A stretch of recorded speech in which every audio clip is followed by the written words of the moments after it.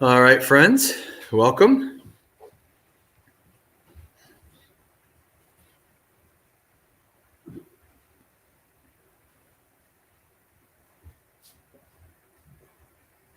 We'll give it a little bit, just a minute or so for people to come in before we get started.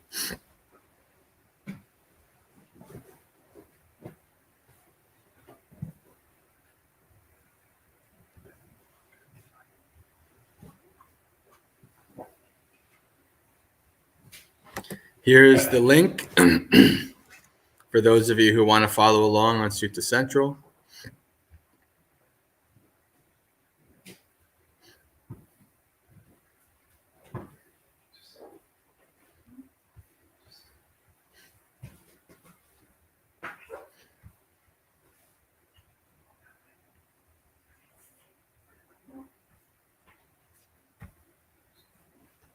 And in the interest of finishing this within the hour, I think we're going to get started. Because I, once again, underestimated how long it would take to get through something like the Mahaparinibbana Sutta. So we should get started.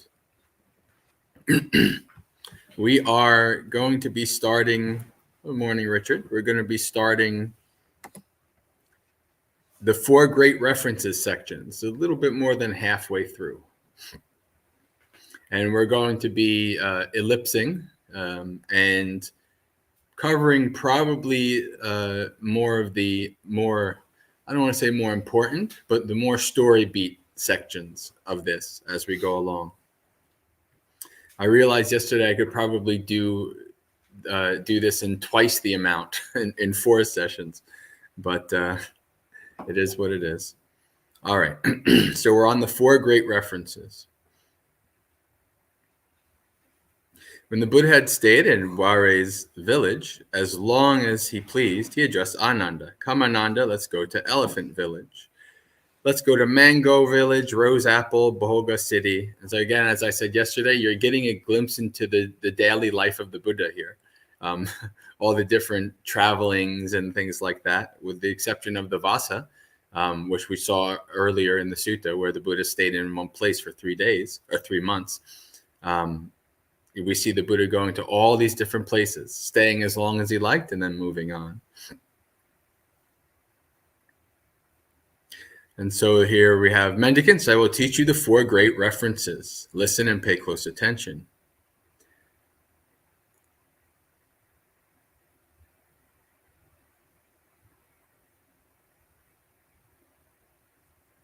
Okay. Take a mendicant who says, Reverend, I have heard and learned this in the presence of the Buddha. This is the teaching. This is the training. This is the teacher's instructions. You should neither approve nor dismiss that mendicant's statement. Instead, having carefully memorized those words and phrases, they should fit in the discourse and be exhibited in training. If they do not fit in the discourse and are not exhibited in the training, you should draw the conclusion. Clearly, this is not the word of the Buddha. So you have here the Buddha setting the groundwork for after he's gone. And we see the people coming to the Buddha asking all kinds of questions. And, once the Buddha's gone, well, how are they going to judge whether this is the true teaching, whether this is the true Dhamma? And we see a couple places in the suttas where the Buddha gives these kind of frameworks for you to judge things by. I think it's very important here. It says you hear a teacher, you hear somebody say something, you neither accept it nor reject it right away. That's very important, isn't it? You don't know. You're listening to something. You don't know if this is right. You don't know if this is wrong. So you understand it, and then you investigate it.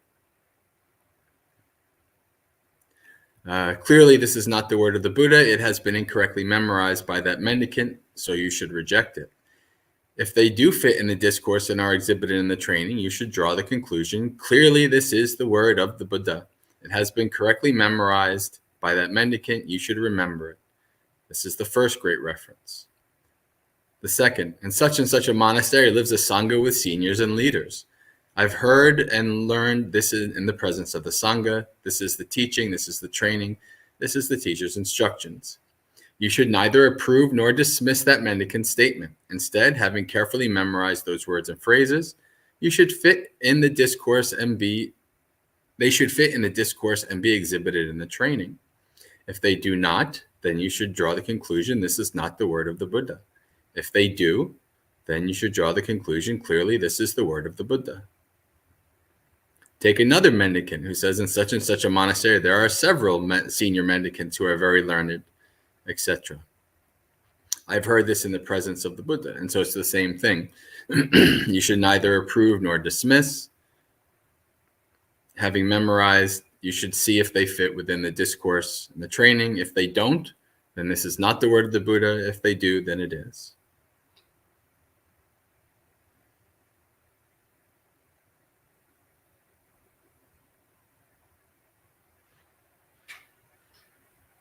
All right. So now moving to the next section on Chunda the smith. When the Buddha had stayed in Bhoga city as long as he pleased, he addressed Ananda. Come, Ananda, let's go to Pava.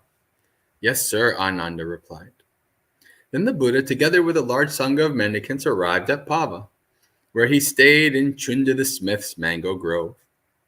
Chunda heard that the Buddha had arrived and was staying in his mango grove. Then he went to the Buddha, bowed and sat down to one side. The Buddha educated, encouraged, fired up, and inspired him with the Dhamma talk. Then Chunda said to the Buddha, Sir, may the Buddha together with the mendicant sangha please accept tomorrow's meal from me. The Buddha consented in silence. Then, knowing that the Buddha had consented, Chunda got up from his seat, bowed and respectfully circled the Buddha, keeping him on his right before leaving. And when the night had passed, Chunda had delicious fresh and cooked foods prepared in his own home, and plenty of pork on the turn. Then he had the Buddha informed of the time, saying, Sir, it's time, the meal is ready. Then the Buddha robed up in the morning, and taking his bowl and robe, went to the home of Chunda together with the mendicant sangha, where he sat on the seat spread out, and addressed Chunda. Chunda, please serve me with the pork on the turn that you've prepared, and serve the mendicant sangha with other foods. Yes, sir. You don't see this normally, do you? The Buddha says, only I eat this. That's should be a sign if you've never heard this before. Yes, sir, replied Chunda, and did as he asked.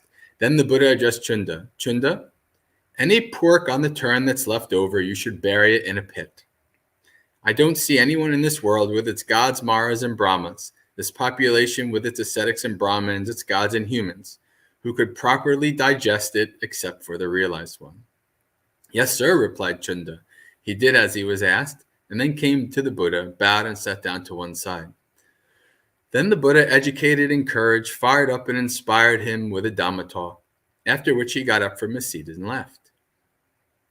After the Buddha had eaten Chunda's meal, he fell severely ill with bloody dysentery, struck by dreadful pains, close to death. But he endured, unbothered, with mindfulness and situational awareness. Then he addressed Ananda. Come, Ananda, let's go to Kusinara. Yes, sir, Ananda replied. I've heard that after eating the meal of Chunda the smith, the wise one fell severely ill, with pains close to death. A severe sickness struck the teacher who had eaten the pork on the turn. While still purging, the Buddha said, I'll go to the citadel of Kusinara. All right, welcome, Richard, Manal, Usha, Amaranta.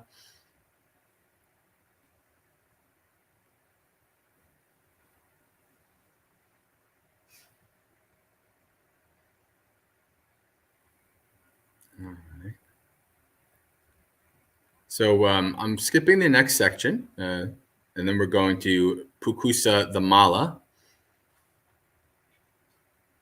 Now at that time, Pukusa the Mala, a disciple of Alara Kalama, who is the Buddha's one of the Buddha's teachers, the two teachers before he became awakened, was traveling along the road from Kusinara to Pava. He saw the Buddha sitting in the root of the tree.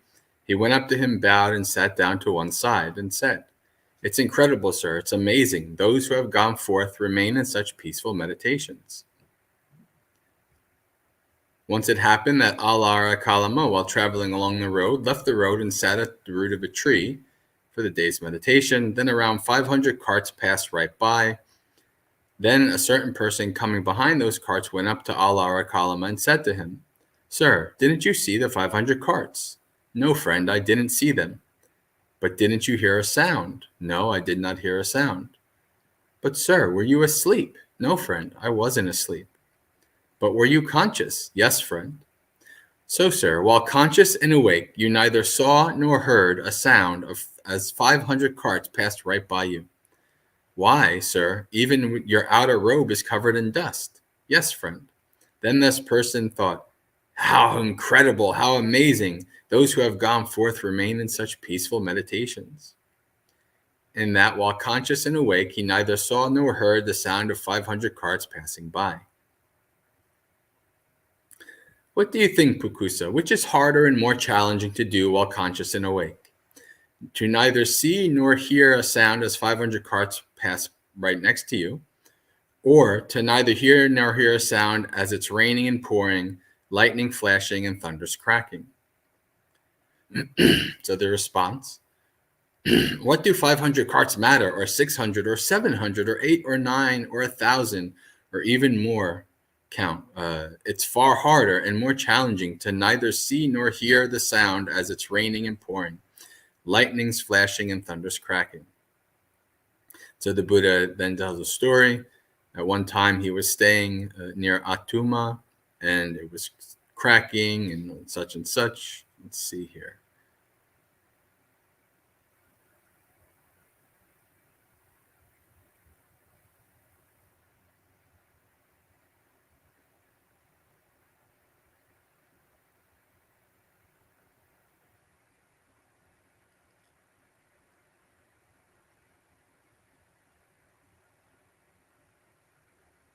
All right. So these are, if a section, and some of these sections are simply the Buddha kind of showing off some of his psychic powers and things like that. Not that it's not important. It's just in the interest of time and finishing before the end of the hour. I do want us to move on to, let's see.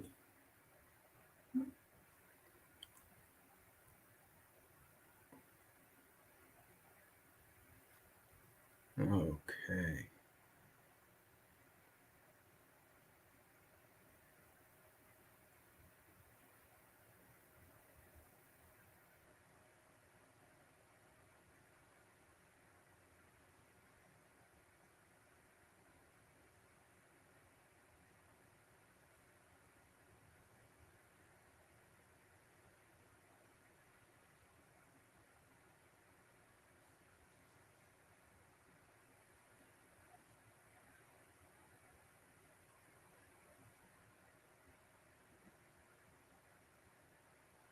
Okay, so we can go to this one. There's two times when the color of the realized one's skin becomes extra pure and bright. What two?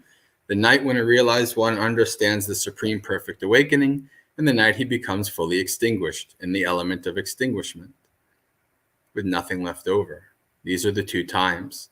Today, Ananda, in the last watch of the night, between the parasol trees and the soft forest of the Malas, and Upavattana, near the Kusinara, shall be the realized one's full extinguishment. Come, Ananda, let's go to the Kakutta river. Yes, sir, Ananda. Then the Buddha, together with a large sangha of mendicants, went to the Kakutta river. He plunged into the river and bathed and drank. And when he had emerged, he went to the mango grove, where he addressed Venerable Chundaka. Please, Chundaka, fold my outer robe in four and spread it out for me. I am tired and will lie down. Yes, sir, replied Chundaka.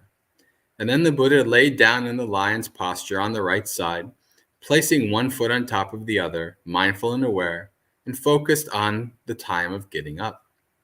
But Chundaka sat down right there in front of the Buddha. Having gone to the Kakutta creek, whose water was transparent, sweet, and clear, the teacher, being tired, plunged in, the realized one without compare in the world. And after bathing and drinking, the teacher emerged. Before the group of mendicants in the middle, the Buddha, the teacher, who rolled forth the present dispensation, the great seer, went to the mango grove. He addressed the mendicants named Chundaka. Spread out my robes. The evolved one urged Chunda, who quickly spread the folded robe. The teacher lay down so tired, while Chinda sat there before him. This is just a set of verses. Then the Buddha said to Venerable Ananda, now it may happen, Ananda, that someone may give rise to regret in Chunda the smith. This is Buddha saying they might say this: it's your loss, friend Chunda. It's your misfortune, in that the realized one became fully extinguished after eating his last alms meal from you. You should dispel remorse in Chunda the smith like this. So remember, Chunda the smith gives the Buddha his last alms meal. He becomes deathly sick. Of course, people are going to be like, oh, you killed the Buddha. This is the Buddha is saying, you should go to Chunda and say this. You're fortunate, friend Chunda, you're so very fortunate, and that the realized one became fully extinguished after eating his last alms meal from you. I have heard and learned this in the presence of the Buddha. There are two alms meal offerings that have identical fruit and result, and are more fruitful and beneficial than other alms meal offerings. What two? The alms meal after eating, which a realized one understands the supreme perfect awakening, and the alms meal after eating, which he becomes fully extinguished in the element of extinguishment, with nothing left over. These two alms meal offerings have identical fruit and result, and are more fruitful and beneficial than other alms meal offerings. You've accumulated a deed that leads to long life, beauty, happiness, fame, heaven, and sovereignty. That's how you should dispel remorse in Chunda the smith. Then, understanding this matter, on that occasion, the Buddha expressed this heartfelt sentiment. A giver's merit grows. Enmity doesn't build up when you have self-control. A skillful person gives up bad things. With the end of greed, hatred, and delusion, they're extinguished. All right. Hello, Yankee. Hello, Wasabi.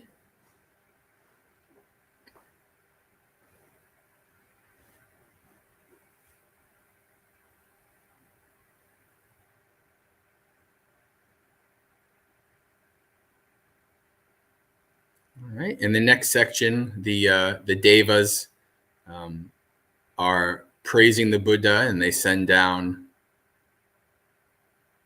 like flower petals from the heavens and things like that.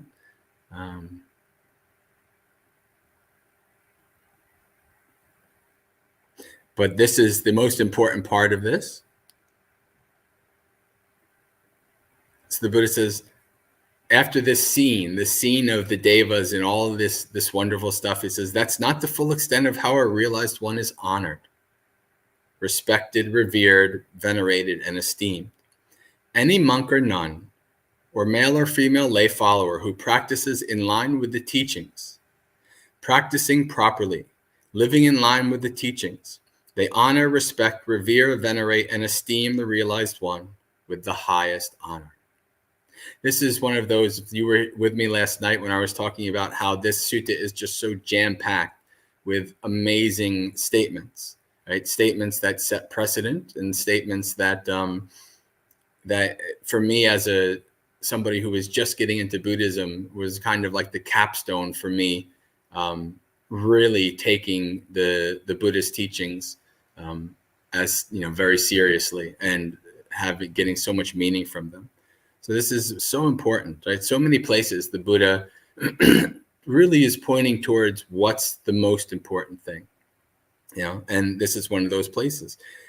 No matter how much, if you're bowing to the Buddha and you're doing things, but then you're not really doing the practice, you're greedy, or you're covetous, and you have lots of ill will, and you're resentful, and all these kind of things, you can bow all you like, and that pays respect to the Buddha. But the best paying respects to the Buddha is doing the practice, following the Noble Eightfold Path sincerely to the best of your ability. This is wonderful statement here. The Buddha makes things quite clear. This is how they honor the Buddha. So Ananda, you should train like this. We shall practice in line with the teachings, practice properly, living in line with the teachings.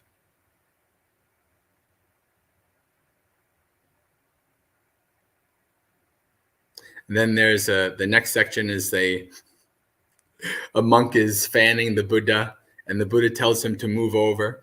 And there was, why do we have to move over? And it's because there's all kinds of devas that have come to see the Buddha before he has parinibbana, and they can't see him because people are in the way. For 12 leagues all around the sal grove, there's not a spot, not even a fraction of a hair's tip, that's not crowded full of illustrious deities. The deities are complaining. We've come such a long way to see the realized one. All right. The 4 inspiring places. Now, some of you might have always thought, well, how come there's these 4 pilgrimage places? Right? Were these things that were just later somebody created? No, actually, the Buddha set it down. The Buddha understood people. The Buddha understood the nature of people. And he, set these things down here, the 4 inspiring places.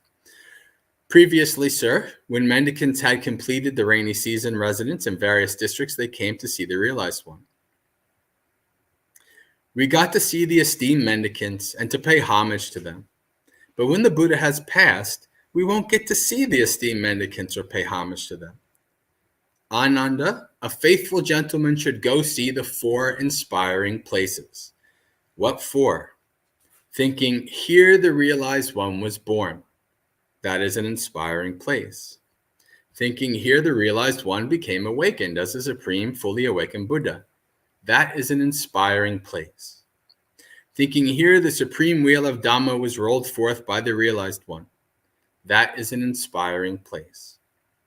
Thinking, here the realized one became fully extinguished in the element of extinguishment with nothing left over. That is an inspiring place. These are the 4 inspiring places that a faithful gentleman should go see. And you can go see these places today. These places are all there, all available for you to go and visit. And I've never been there myself, but I've been told they are indeed very inspiring and amazing places, especially for faith and for meditation and things like that.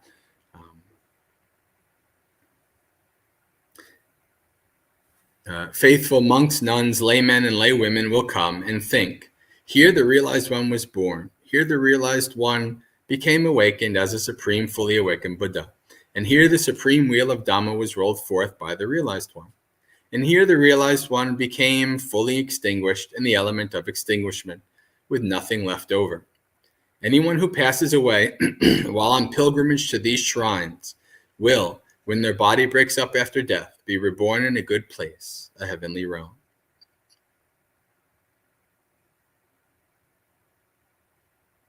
Ananda's questions. Sir, how do we proceed when it comes to females? Without looking, Ananda. But when looking, how to proceed? Without chatting, Ananda. But when chatting, how to proceed? Be mindful, Ananda. Sir, how do we proceed when it comes to the realized one's corpse? Don't get involved in rites and rituals for venerating the realized one's corpse, Ananda. Please, Ananda, you must all strive and practice for your own goal. Meditate diligent, keen, and resolute for your own goal.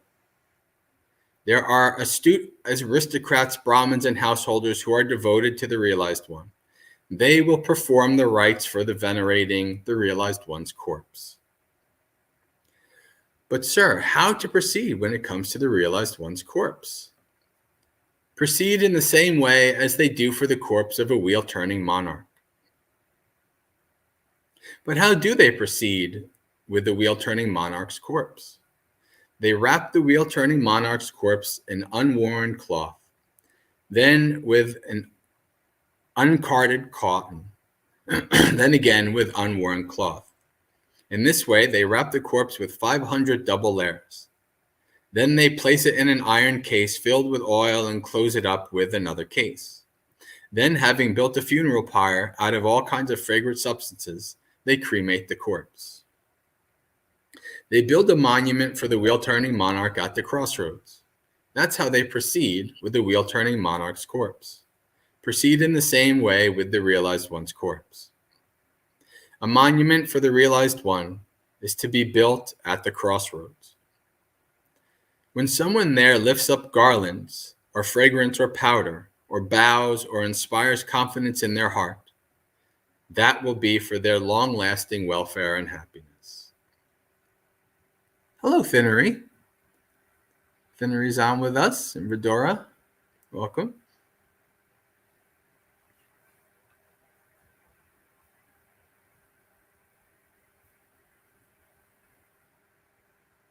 Persons worthy of a monument. Ananda. There are four. These four are worthy of a monument. What four? A realized one, a perfected one, a fully awakened Buddha, an independent Buddha, a disciple of the realized one, and the wheel-turning monarch. And for what reason is the realized one worthy of a monument? So that many people will inspire confidence in their hearts, thinking this is the monument for the Blessed One, perfected and fully awakened. And having done so, when their body breaks up after death, they will be born in a good place, a heavenly realm. What is the reason for an independent Buddha? So this is a Pacceka Buddha. Pacceka Buddha is a Buddha that had the qualities and abilities to become an awakened Buddha, but not to teach.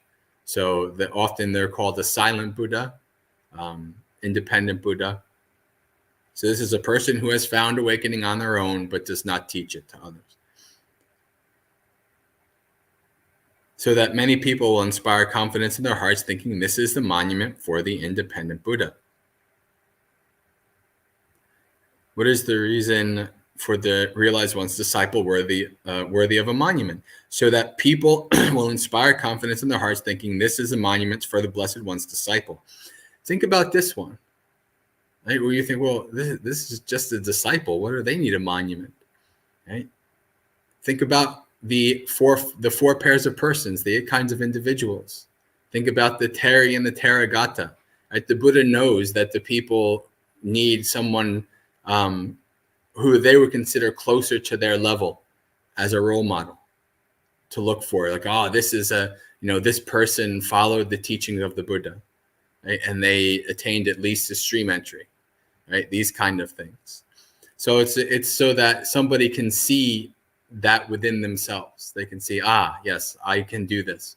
Just like the men and women in the past who have followed the Buddhist footsteps and become awakened. I can do this as well.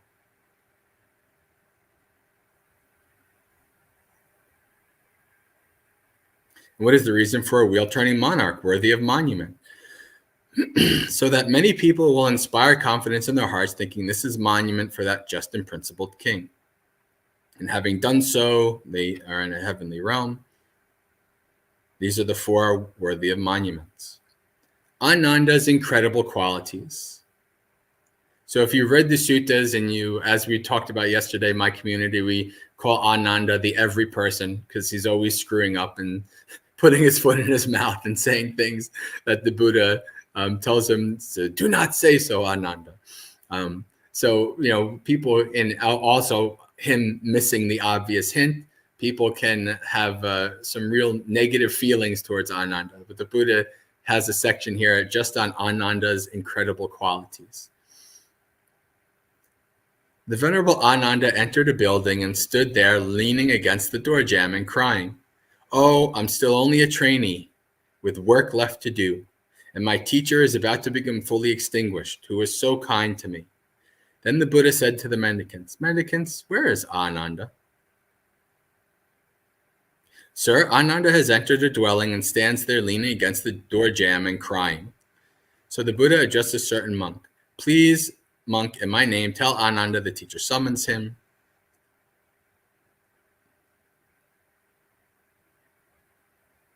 "Enough, Ananda, do not grieve, do not lament. Did I not prepare for this when I explained that we must be parted and separated from everything, from all that we hold dear and beloved?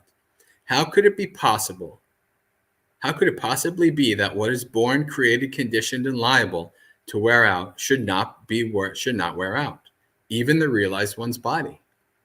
For a long time, Ananda, you've treated the realized one with deeds of body, speech, and mind that are loving, beneficial, pleasant, undivided, and limitless.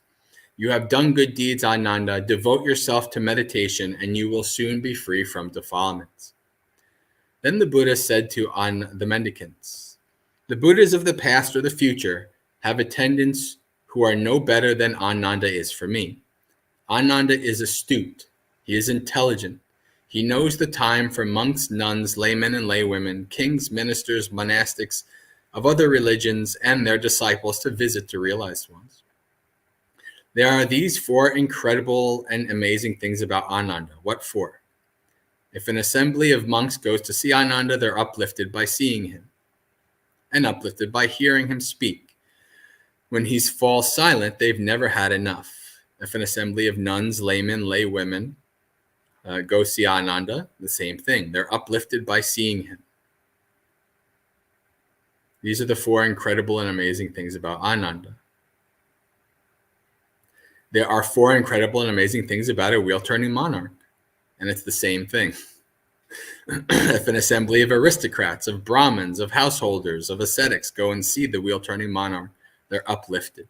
So that's pretty high praise from the Buddha, equating Ananda to a wheel-turning monarch.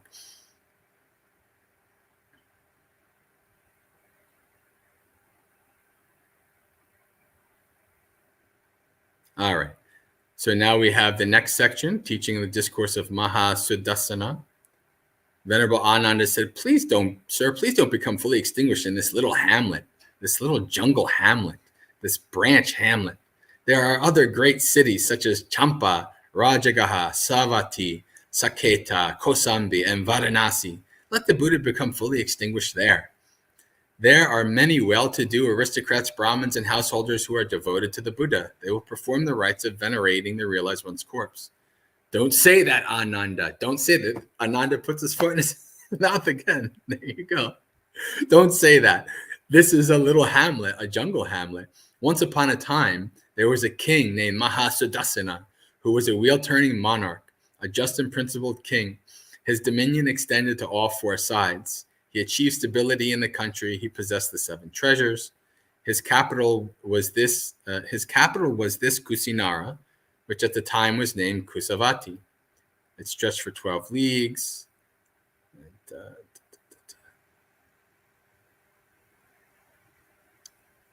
I'm just skipping the points about how he explains the greatness of the kingdom.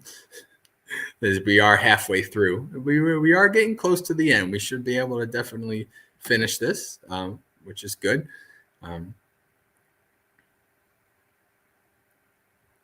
But the idea here is that Ananda and the people at that time thought, why is he getting extinguished in this little stupid place? But actually, it was a grand place at one point.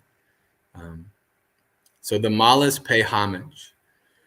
Now at that time, the Mallas of Kusinara were sitting together at the meeting hall on some business. Ananda went up to them. This very day, Vasetas, in the last watch of the night, the realized one will become fully extinguished. Come forth, Vasetas. Come forth, Vasetas. Don't regret it later, thinking the realized one has become fully extinguished in our village, but we didn't get a chance to see him in the final hour. Hello, Metika, welcome. When they heard what Ananda had to say, the Mallas, their sons, daughter-in-law, and wives became distraught, saddened, grief-stricken, and some with hair disheveled and arms raised, falling down like their feet were chopped off, rolling back and forth, lamented. Too soon the Blessed One will become fully extinguished. Too soon the Holy One will become fully extinguished. Too soon the eye of the world will vanish.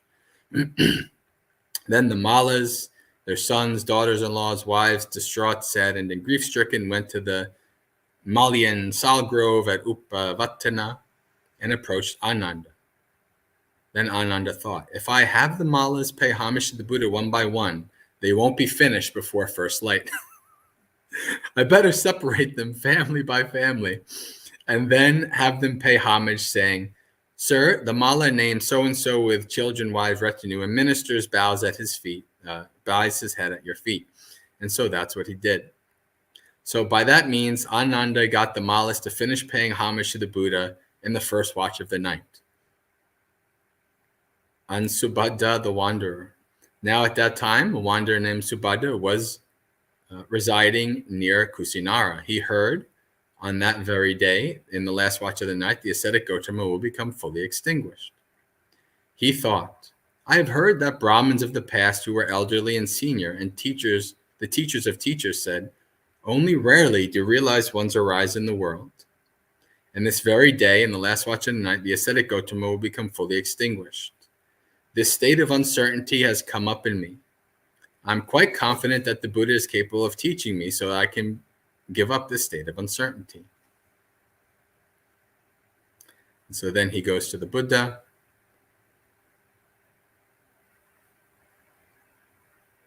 He goes to Ananda and repeats what he just said. And he says, Ananda says, enough, Reverend Subhadda, do not trouble the realized one. He is tired. For a second time, for a third time. The Buddha heard the discussion between Ananda and Subhadda and said to Ananda, enough, Ananda, don't obstruct Subhadda. Let him see the realized one.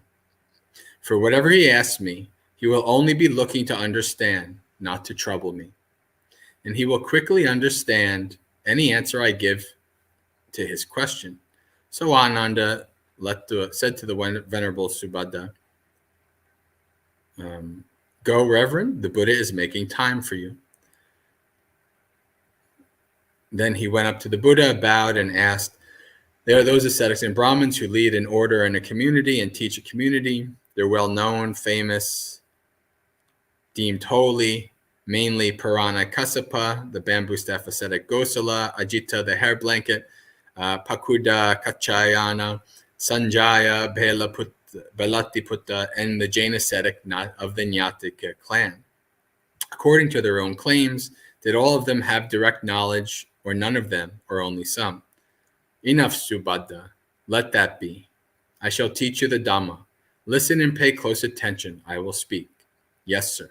The Buddha said this. Subhadda, in whatever teaching and training the Noble Eightfold Path is not found, there is no ascetic found. No second ascetic, no third ascetic, and no fourth ascetic. In whatever teaching and training the Noble Eightfold Path is found, there is an ascetic found, a second, third, and fourth ascetic. In this teaching and training the Noble Eightfold Path is found, only here is there an ascetic, a second, a third, and a fourth ascetic. Other sects are empty of ascetics. And so the second, third, fourth, these are the 4 kinds of persons, the 8 kinds of individuals. So the stream enter, once returner, non-returner, arahant. Hello, Jayanta, welcome. Were these mendicants to practice well, the world would not be empty of perfected ones. And so then he gives a verse. The Buddha is, I was 29 years of age, Subhadda, when I went forth to discover what is skillful. It's been over 50 years since I went forth. Teacher of references for the systematic teaching. Outside of here, there is no first, second, third, or fourth ascetic. Other sects are empty of ascetics. Were these mendicants to practice well, the world would not be empty. Then Venerable Subhadda said, excellent, sir, I go for refuge to the Buddha. May I receive the going forth. And since he was from another sect, he has to wait 4 months before he can become a Buddhist monastic.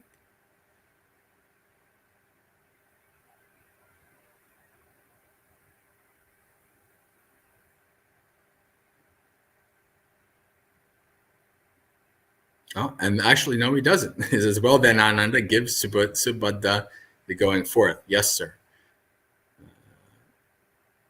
Then Venerable Subhadda received the going forth, the ordination in the Buddha's presence. Not long after his ordination, Venerable Subhadda, living alone, became awakened. He understood rebirth is ended. Okay. The Buddha's last words, we are coming close to the end. Then the Buddha addressed Venerable Ananda. Now, Ananda, some of you might think, the teacher's dispensation is past. Now we have no teacher. But you should not see it like this. The teaching and the training that I have taught and pointed out for you shall be the teacher after my passing. This is very, very profound precedent.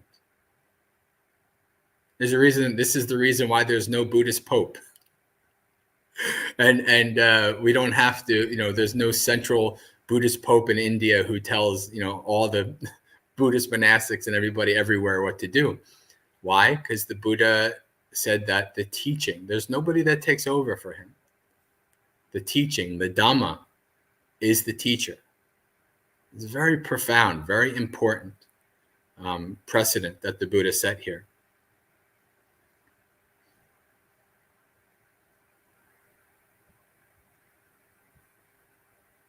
After my passing, mendicants ought not address each other as reverend, as they do today. So this was before, with the time of the Buddha, all the monastics just called each other avuso, like friend, brother. So it didn't matter like seniority, things like that. So that's what this is. They just they ought not to address each other as avuso, as they do today. A more senior mendicant ought to address a more junior mendicant by the name or clan, or by saying avuso. A more junior mendicant ought to address a more senior mendicant by using Bhante or Ayasma. If it wishes, after my passing, the Sangha may abolish the lesser and minor training rules. This is a very, very interesting line that has been heavily debated. I could talk a lot about this line, but in the interest of time, we won't go too far. But I find it profound. But it's not really that profound, though, is it? If you're a Samma Sambuddha, somebody who understands the nature of reality, understands anicca, I think you're going to understand that the longer your dispensation lasts, things are going to need to change. Right? There's a reason why in the Chinese Mahayana, the monks started farming and things like that, right? Because there's different conditions, different place, different time. And so the rules changed a little bit. Right? So this is a very profound thing, very important thing to understand, that the Buddha allowed. He doesn't give a time frame. He doesn't say only these people. He says, after I'm wishing, the Sangha may abolish the lesser and minor training rules. Now, the story behind this is at the first council, which was full of 500 arahants, they asked Ananda if he asked, poor Ananda again, if he ever asked the Buddha, well, what's a lesser and minor training rule? And he didn't. So the arahant said, well, then I guess we're not going to change anything. And then so it's been the tradition since then that you have, if the arahants 2,600 years ago didn't change anything, who are we to change something? And this is also why you get the same kind of issues of, well, if our ancestors didn't allow women to become bhikkhunis, well, why do we do it? Why do we change that? Right? Yeah. Well, but so this is the interesting thing, right? You can go too far, obviously. You can just start changing everything willy-nilly, but it's very profound, very debatable.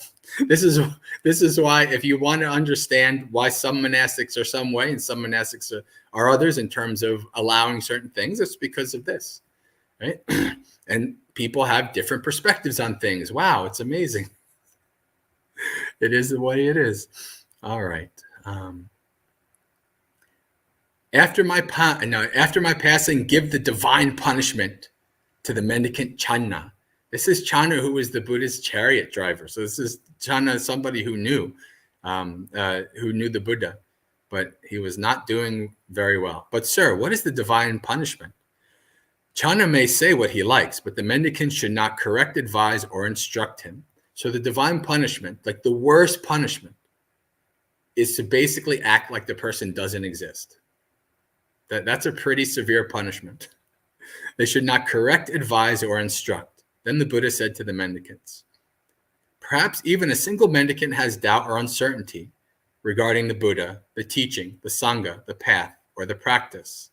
So ask, mendicants. Don't regret it later, thinking we were in the teacher's presence and we weren't able to ask the Buddha's questions. Oh, by the way, since I don't remember if this is where this comes from or if they say it later, but supposedly once Channa was given this, he was so struck that he kind of snapped out of it, and then it all ended up well. He became an arhat. So It's in the Samyutta Nikaya. Samyutta Nikaya. All right, thank you. He pleads to get instruction. Yeah. Yeah. All right. Yeah, I think that. So the Buddha says, okay, this is the last time. If you have any doubts, now's the time to ask a question. Don't fall into regret by not thinking you should have asked. When this was said, the mendicants kept silent. For a second time, for a third time, the Buddha addressed the mendicants. For a third time, the mendicants kept silent. Then the Buddha said to the mendicants, mendicants, perhaps you don't ask out of respect for the teacher. So let a friend tell a friend. Also very profound. The Buddha's like, perhaps, because you think, oh, this is the Buddha. Just think of me as another friend. Okay, then ask a question. Another profound thing, another profound statement by the Buddha. When this was said, a mendicant kept silent. Then Venerable Ananda said to the Buddha, it's incredible, sir. It's amazing. I am quite confident that there is not even a single mendicant in the Sangha who has doubt. So they're all Sri mentors or above. Buddha says, Ananda, you speak out of faith, but the realized one knows that there is not even a single mendicant who has doubt. Even the last of these 500 mendicants is a Sri mentor. Okay, the full extinguishment. Oh, okay. Oh, I almost skipped over the Buddha's last words. All right. Then the Buddha said to the mendicants, come now, mendicants. I say to you all, conditions fall apart. Persist with diligence. Appamadena sampadeta, the last words of the Buddha.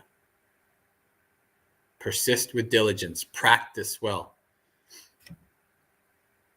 These were the realized one's last words.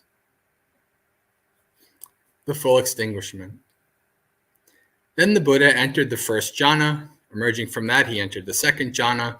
Emerging from that, he successfully entered and emerged into the third jhana. From the third jhana to the fourth jhana, the dimension of infinite space, infinite consciousness, infinite nothingness, and the dimension of neither perception nor non-perception. Then he entered the cessation of perception and feeling.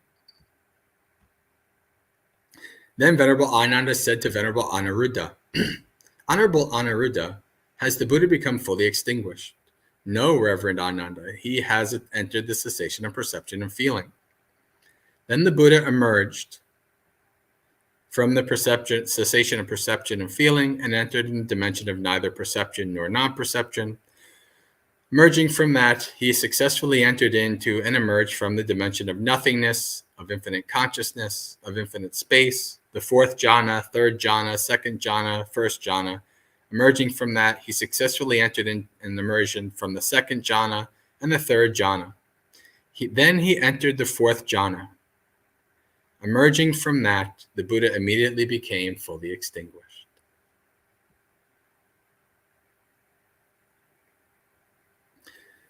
When the Buddha became fully extinguished, along with the full extinguishment, there was a great earthquake, awe-inspiring and hair-raising, and thunder cracked the sky.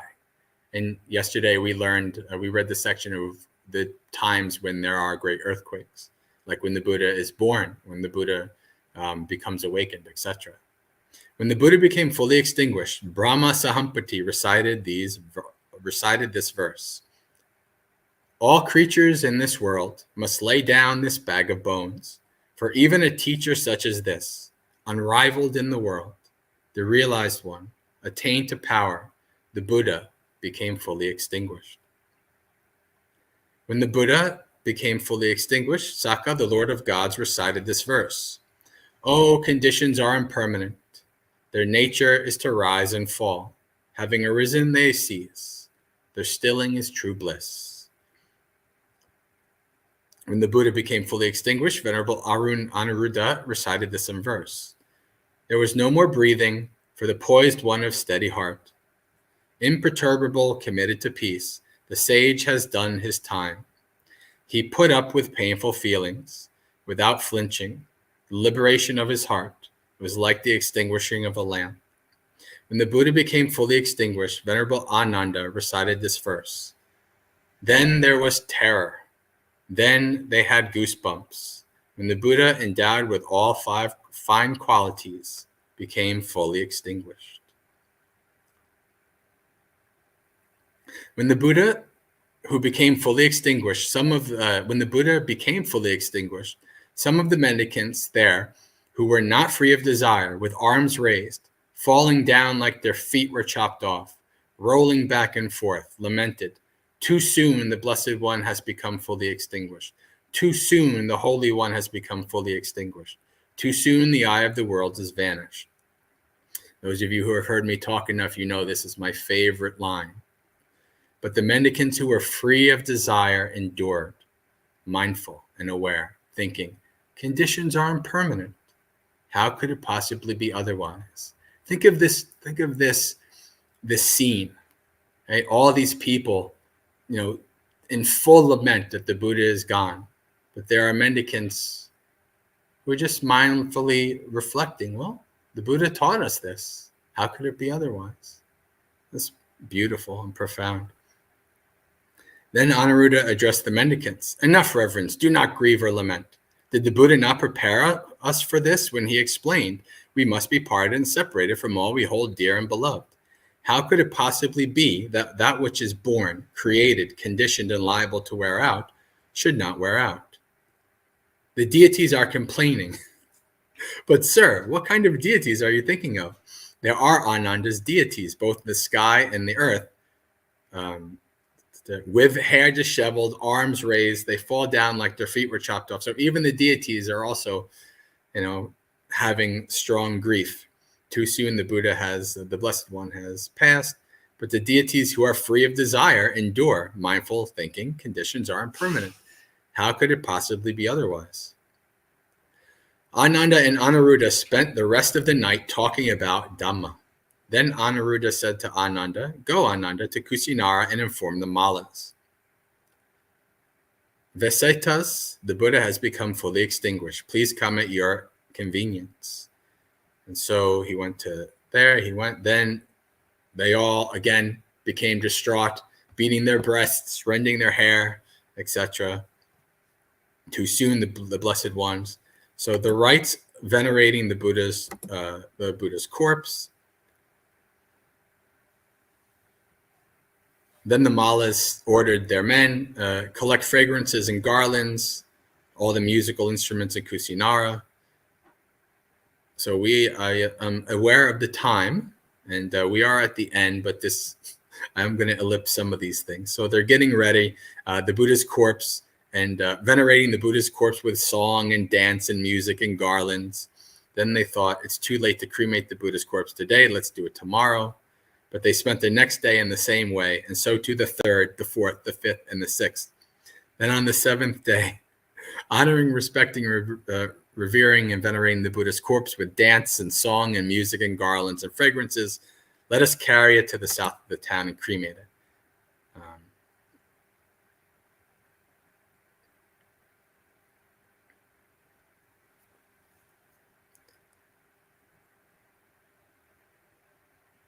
So then the lay people went to lift the Buddha's corpse, but they couldn't because the deities were holding it down.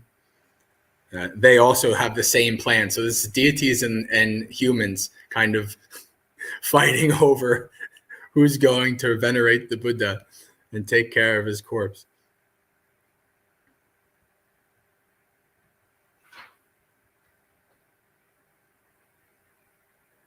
And so then they asked Anuruddha, how do we proceed with the corpse, the same as the wheel-turning monarch?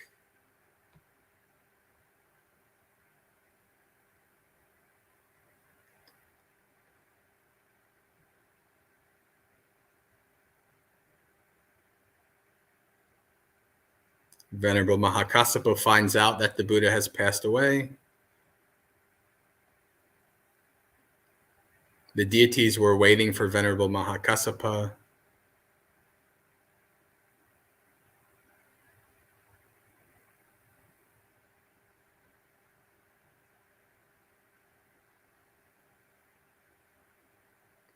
But when the Buddha's corpse was consumed by the funeral pyre, it was extinguished by a stream of water that appeared from the sky, but water dripping from the salt tree and by the Mala's fragrant water. Then the Malas made a cage of spears for the Buddha's relics in the meeting hall and surrounded it with a buttress of bows. For 7 days, they honored, respected, revered, and venerated them with dance and song, etc. King Ajatasattu of Magadha heard that the Buddha became extinguished. He sent an envoy. The Buddha was an aristocrat, and so am I. I too deserve a share of the Buddha's relics. And so, as Bhante Sujato is keen to point out, the Buddha's corpse is barely cold, and people start fighting over the relics. The Lechavis also heard. The Sakyans also heard. The Sakyans are like, hey, he's one of us. We should get more of the relics. The Bulis, the Kolyans, the Malas.